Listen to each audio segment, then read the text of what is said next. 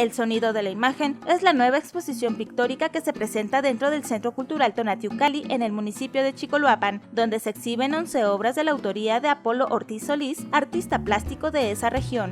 El sonido de la imagen nace de la percepción conceptual y contextual de Apolo, haciendo una connotación individual de los eventos sociales que engloban las sensaciones y percepciones del artista con una mirada crítica, vanguardista y propositiva. Apolo intenta materializar las especulaciones sonoras que todos en algún momento escuchamos en nuestro pensamiento, además de indagar en los métodos existentes para la creación de sus obras.